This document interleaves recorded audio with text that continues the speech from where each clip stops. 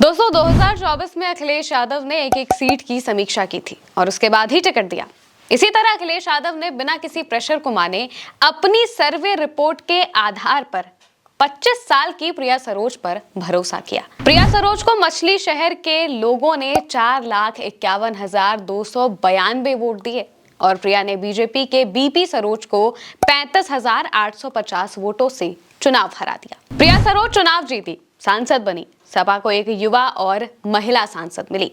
हालांकि प्रिया की जीत बीजेपी के साथ साथ सपा में भी कुछ लोगों को चुभ गई, लेकिन चुनाव जीतने के बाद से अब तक लगातार प्रिया सरोज अपने क्षेत्र में अपने लोगों के बीच ही रहती हैं। और जब दिल्ली में संसद का सत्र चलता है तो ऐसा कोई मौका नहीं गया जब प्रिया सरोज ने बेबाक होकर अपनी बात ना रखी हो। प्रदर्शनों में बढ़ चढ़कर हिस्सा लिया। आज प्रिया सरोज अपनी इसी सक्रियता की वजह से अखिलेश की गुड बुक में शामिल हैं। प्रिया सरोज ने वैसे तो राजनीति अपने घर से ही सीखी। प्रिया सरोज के पिता तूफानी सरोज सपा के दिग्गज नेता हैं, सांसद रहे हैं, मंत्री रहे हैं, अभी सपा से विधायक भी हैं।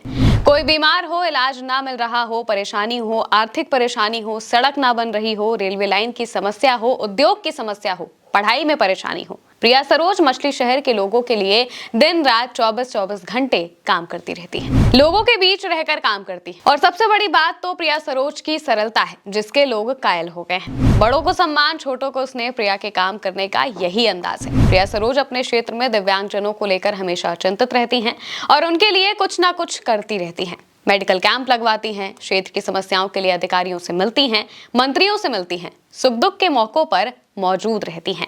शादी बारात हो या फिर मुंडन छेदन, सांसद प्रिया सरोज हर जगह पहुंच जाती हैं और उनकी सादगी जैसी तस्वीरें भी काफी वायरल होती हैं, जिसमें वो बिल्कुल आराम से अपनी घर की वेशभूषा में ही लोगों से मिलते हुए, जुलते हुए, लोगों के बीच जाते, उनकी बातों को सुनते, उनके साथ बैठते दिख जाती हैं। और इसी वजह से उनकी ऐसी सादगी लोगों का दिल जीत लेती है। और यही वजह है कि प्रिया सरोज आज मछली शहर में घर घर की बेटी भी बन चुकी है।